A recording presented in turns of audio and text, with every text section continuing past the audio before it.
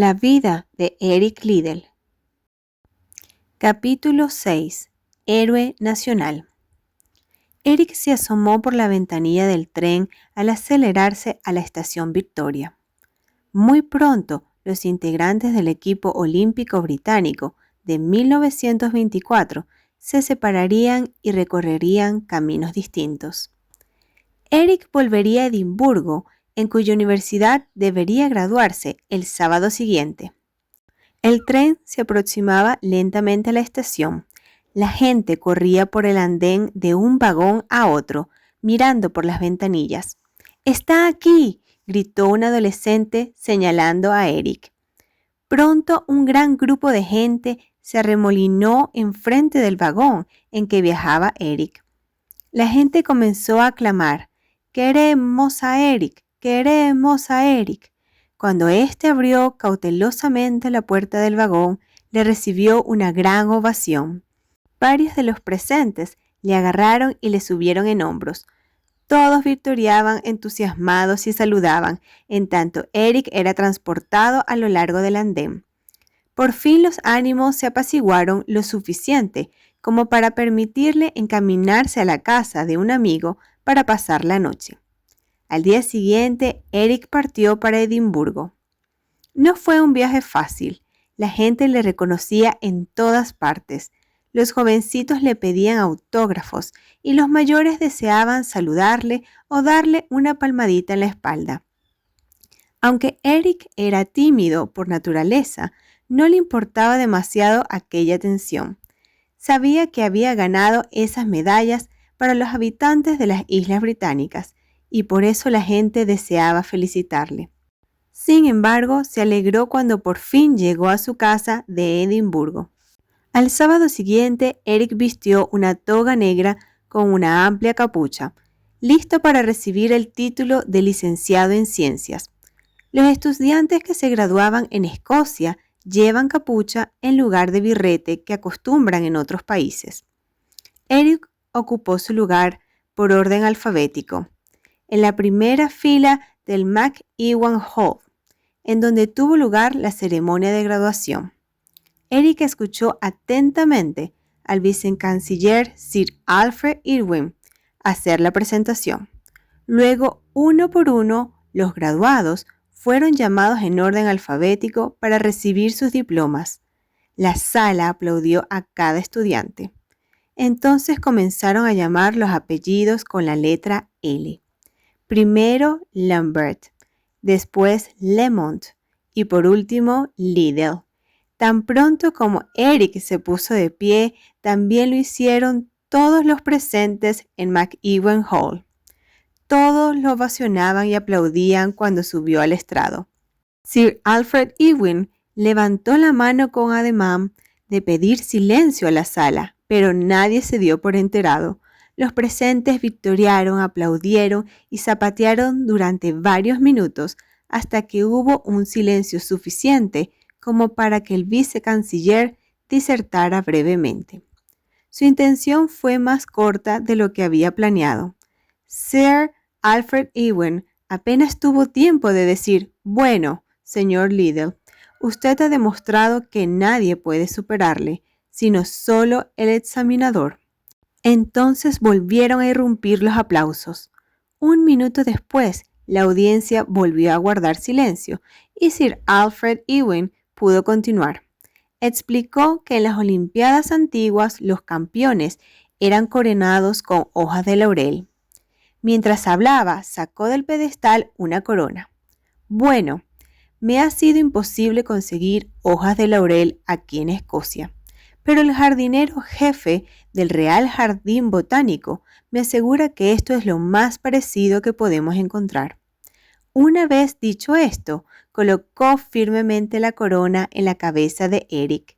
Luego el profesor de griego, quien también hallaba sobre el estrado, intervino y comenzó a leer un poema que había escrito acerca de la victoria de Eric. Estaba escrito en griego antiguo, por lo que Eric no pudo entender gran cosa, aunque percibiera su elocuencia. Por último, Eric recibió su licenciatura en ciencias. Concedió a la audiencia una sonrisa, saludó y bajó del escenario. Hasta cuando se hubo sentado, el aplauso no cesó.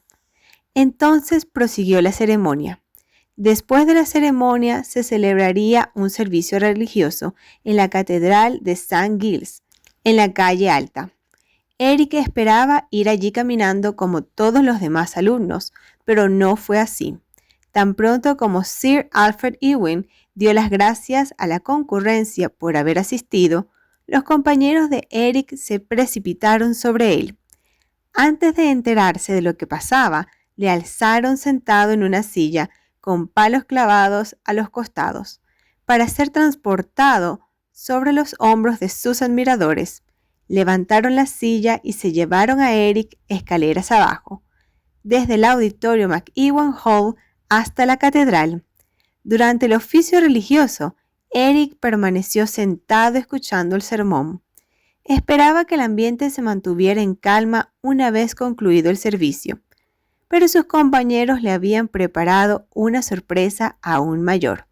Cuando todo hubo acabado, fue conducido por el pasillo, a través del portón de madera.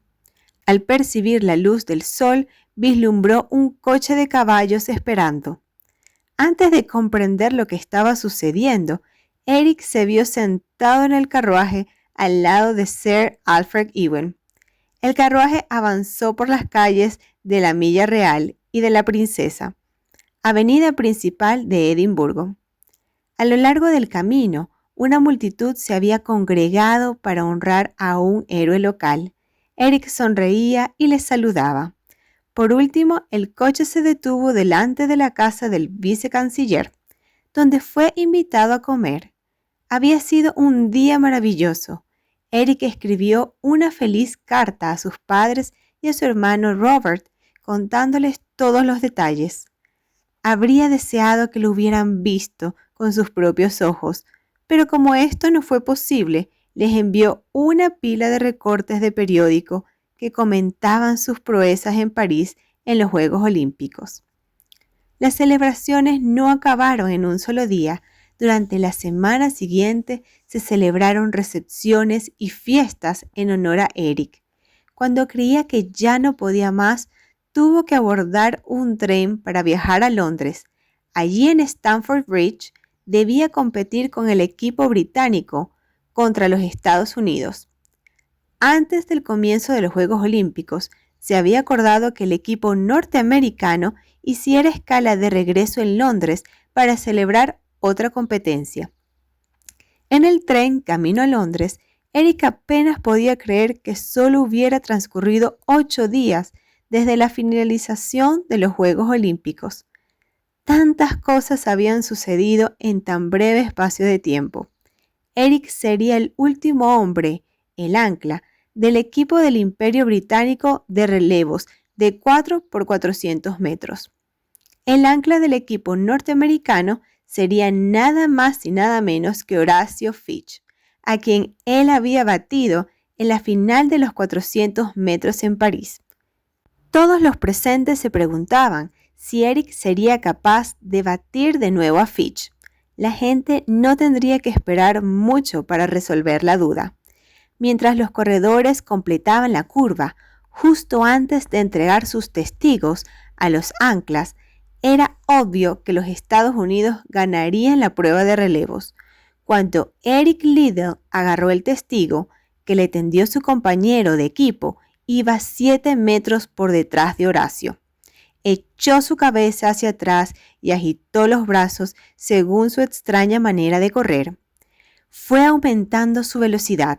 Al llegar a la primera curva, Eric iba ganando terreno a Horacio Fitch. En la primera recta consiguió darle alcance, pero en la segunda curva, Horacio aguantó el reto de Eric y recuperó el primer puesto, aunque con una escasa ventaja. Al entrar en la recta final y acercándose a la meta, Horacio no pudo responder al último ataque de Eric. Este comenzó a aventajarle y cruzó la meta 4 metros por delante. La multitud se puso histérica. Cuando Eric regresó a Escocia, todos se habían enterado de su última victoria. Más gente que nunca deseaba ofrecer fiestas en su honor. Por el momento era la máxima estrella deportiva de Escocia. Una semana después de su regreso a Edimburgo, Eric asistió a una nueva cena en su honor. Esta vez invitó a su antiguo entrenador, Tom McKerchar, que le acompañara. En su discurso, Eric contó a los presentes cuánto le había ayudado y animado Tom McKerchar, cuando aún era un atleta Nobel recién salido del colegio. Cuando concluyó todos los aplausos, Tom McKerchar se puso de pie, hizo una reverencia y se volvió a sentar.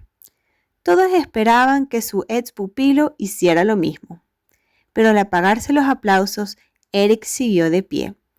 Su rostro reflejaba un semblante serio. La audiencia guardó silencio.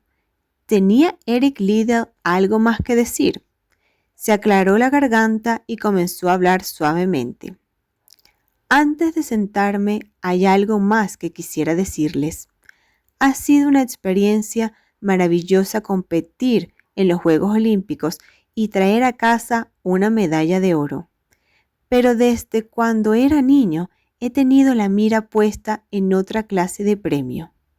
Miren, cada uno de nosotros se halla en medio de una carrera de mayor importancia que las que se han corrido en París. Y esta carrera terminará cuando Dios reparta las medallas. Siempre fue mi intención ser misionero. Acabo de enterarme de que he sido aceptado como profesor de química en la Universidad Anglo-China de Tianjin. A partir de ahora, dedicaré mi energía a prepararme para asumir este puesto. La sala quedó completamente muda. La gente miraba a Eric con la boca abierta. El impacto de lo que acababa de decir empezaba a hacer mella. El más grande atleta escocés colgaba las botas para ir a China. A las pocas horas, todos los periódicos del país publicaban la dura noticia.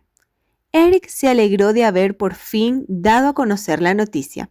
Ahora ya todo el mundo conocía su decisión y él podría ocuparse en hacer preparativos para su viaje.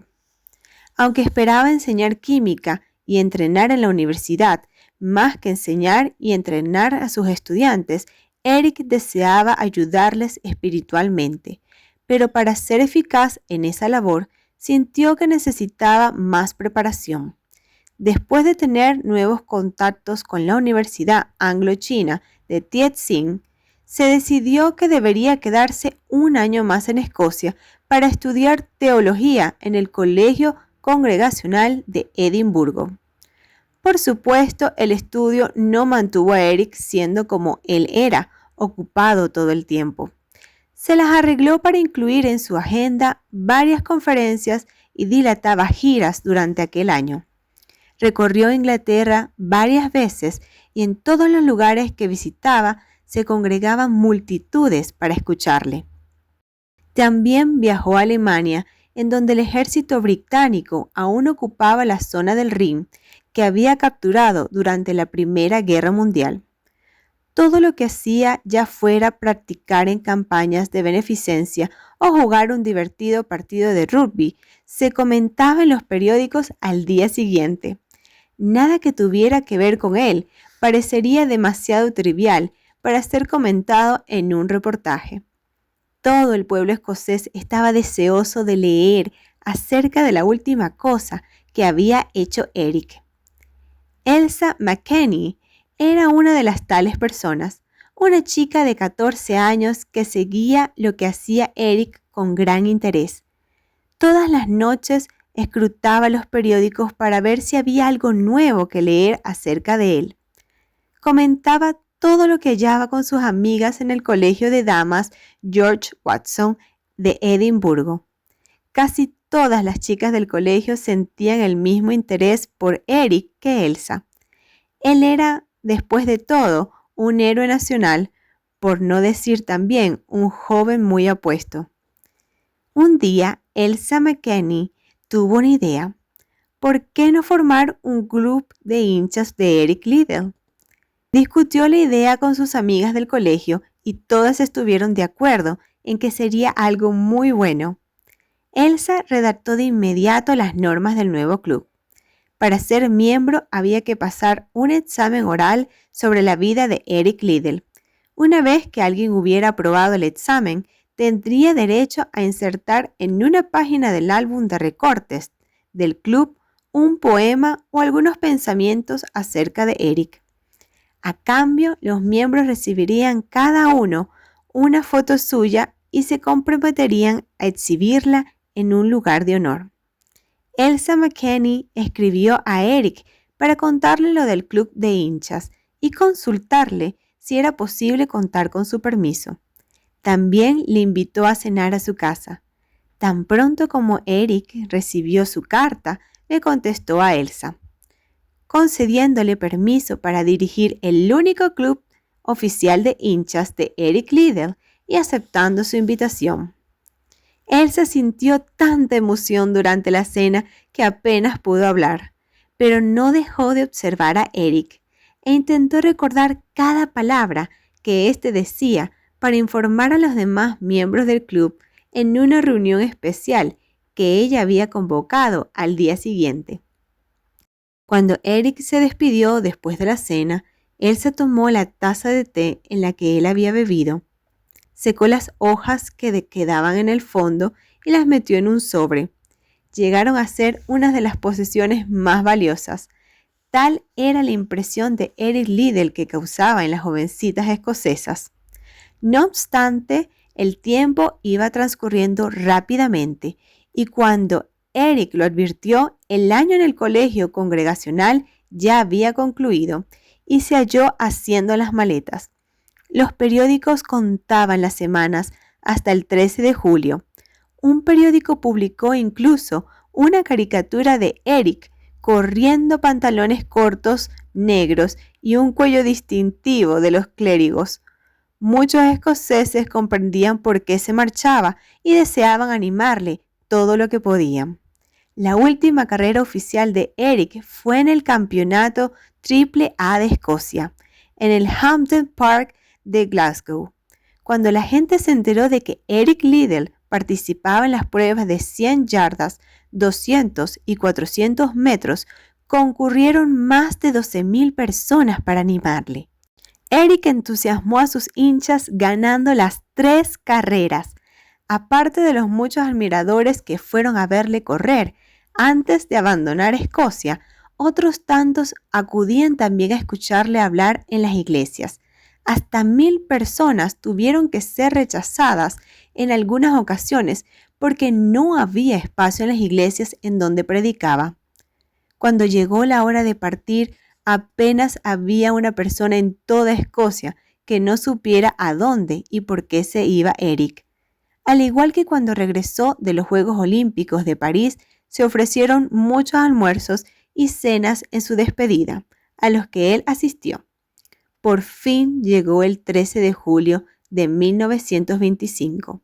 A las 5 de la tarde, Eric recogió las maletas y echó un último vistazo a su habitación. Sus amigos se encargarían de llevarle a la estación Waverley, pero no le habían comunicado más detalles. Cuando Eric abrió la puerta y respiró el aire tibio de la tarde, se llevó una tremenda sorpresa. Delante de él apareció un carruaje, muy parecido al que transportara desde la catedral de St. Giles hasta la casa del vicecanciller, hacía un año. Pero había una gran diferencia. En vez de ser arrastrado por 2 caballos, ahora eran grupos de estudiantes y amigos, quienes empujaban la vara y lo remolcarían hasta la estación del ferrocarril. Entre victores y silbidos, Eric subió al carruaje. La comitiva emprendió el trote. Los jóvenes tiraron hacia arriba por Hope Terrace y después a lo largo de las calles Clerk y Nicholson. Subieron el puente y llegaron a la estación. A lo largo de la ruta, la gente se había concentrado para despedir al atleta más famoso y querido de Escocia. A algunos incluso se les saltaban las lágrimas. Otros saludaban y silbaban ruidosamente. El tráfico se detuvo mientras la muchedumbre se apretujaba para ver por última vez a su héroe. Los conductores tocaban las bocinas y se sentían afortunados de haber quedado atrapados en un atasco causado por gente que quería honrar a Eric Liddell. Finalmente, el carruaje llegó a la estación. Eric tuvo que iniciar una interminable ronda de despedidas. Nadie sabía con certeza cuándo le volverían a ver. Tantos querían estrecharle la mano y desearle lo mejor, que le fue imposible atender a todos. Cuando el tren resopló en la estación, la gente comenzó a cantar himnos. Eric se les unió. Aún se seguía cantando cuando subió al vagón y buscó su asiento. Abrió la ventanilla y comenzó a saludar a todos. Al decir adiós a sus amigos y a su vida en Edimburgo, era consciente de que también decía adiós a algo más. A partir de ahora, ya no viviría en un país donde era un héroe nacional, reconocido en cada tienda de la esquina. Estaba a punto de convertirse en un forastero en una tierra extraña y convulsa.